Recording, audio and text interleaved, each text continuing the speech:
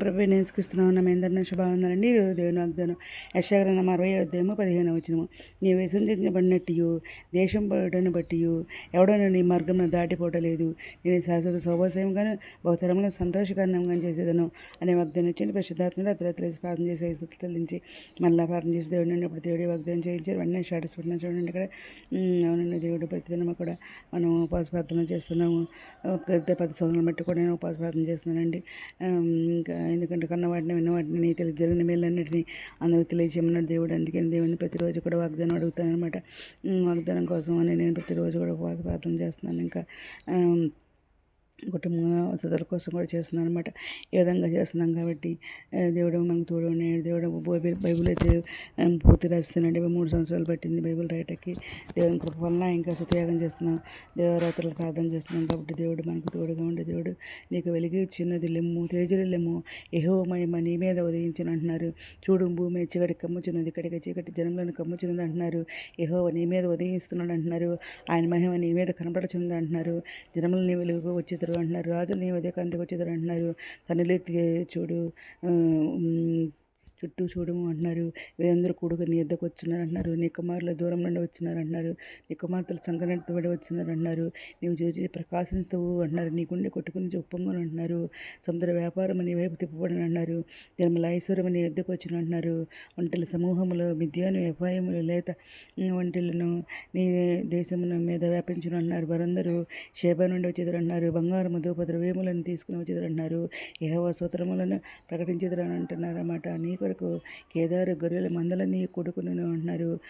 బయోతు పొట్టేళ్ళు నీ పరిచర్యను నాకు ఉపయోగములగును అంటున్నారన్నమాట. దూరం నుండి నీ కుమారులు నేను వెండి బంగారులను నీకు తీసుకుని వచ్చేటకు దీపంలో నా కొరకు కనిపెట్టుచున్నావు అంటున్నారు. త్రిశేషి ఓడలు మొదట వచ్చిచున్నావు అంటున్నారు.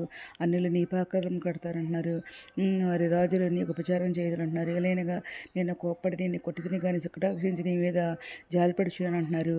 నీ ఎద్దకు జనముల భాగ్యం తేబడినట్లు వారి రాజులు జయోత్సవంతో రప్పించినట్లు నీ ద్వారంలో రాత్రింబగళ్ళు వేయబడక నిత్యము తెరవబడి ఉండను అంటున్నారన్నమాట. నిన్ను బాధించేవారు సంతానపు వారు నీ ఎద్దకు వచ్చి సాగిలు పెడతారు అంటున్నారన్నమాట. నిన్ను ధృవీకరించిన వారందరూ వచ్చి నీ పాదం మీద పడతారు అంటున్నారు. యెహోవా పట్టణమనియు ఇశ్రాయేలు పరిశుద్ధ దేవుని సియోననియు నీకు పేరు పెట్టుదను అంటున్నారు. నీ విసర్జించబడినట్టు ద్వేషింపడినట్టు ఎవడని నీ మార్గం దాటిపోలేదు అంటున్నారు.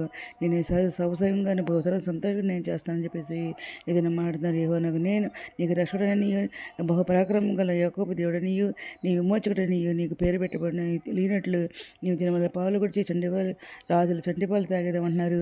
నేను మరి ఇంకను నీ దేశం బలాత్కారమైన మాట వినపడదంటున్నారు. నీ సరిహద్దుల్లో పాడని మాట కానీ నాశనం అని మాట కానీ వినపడదంటున్నారు. రక్షణ నీకు ప్రాకారములని ప్రఖ్యాతి నీ గుమ్మములని నీకు చెప్పుకుందు అంటున్నారు. ఇక మీదట పగల సూర్యుని ప్రకాశములు నీకు వెలుగుగా ఉండంటున్నారు. నీకు వెలుగుచుట్టక చంద్రుడు ఇకను ప్రకాశింపడంటున్నారు. యెహోవాయే నీకు నిత్యమైన వెలుగును అంటున్నారు.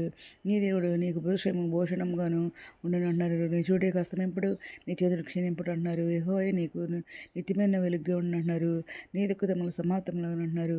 నీ జనులందరూ నీతిమంతులు అందరూ అంటున్నారు. అని నేను మహింపరుచుకున్నట్లు వారు నేను నాటిన కొమ్మగానే నేను చేసిన పనిగానే ఉండి దేశమును శాశ్వతంగా సంతరించుకుందరు అంటున్నారు. వారిలో ఒంటరి అయిన వారు 1000 మంది ఎన్నిక లేని వారు బలమైన జనమగును అంటున్నారు. యెహోవానగు నేను తగిన కాలమున ఈ కార్యమును తలపెట్టుదును అని చెప్పేసి దిన మాట్లాడిన దేవుడు ఈ దిన వాగ్దానము ఇంత మంచి వాగ్దానం ఇచ్చింది. చెల్లించుకుంటే ఈరోజు మనం ప్రార్థన చేసుకుందాం.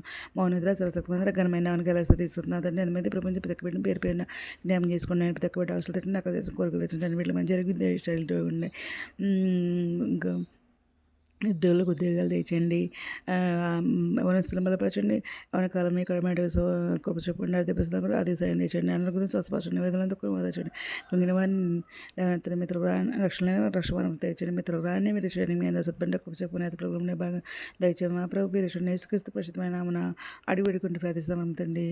ఆమె ప్రభు సేవలో మీ సహోదరి మా కుటుంబం గురించి కూడా మీరు ప్రార్థనలో మీ అందిన ప్రార్థనలో జ్ఞాపం చేసుకోవాలి మనం చేసుకుంటున్నానండి.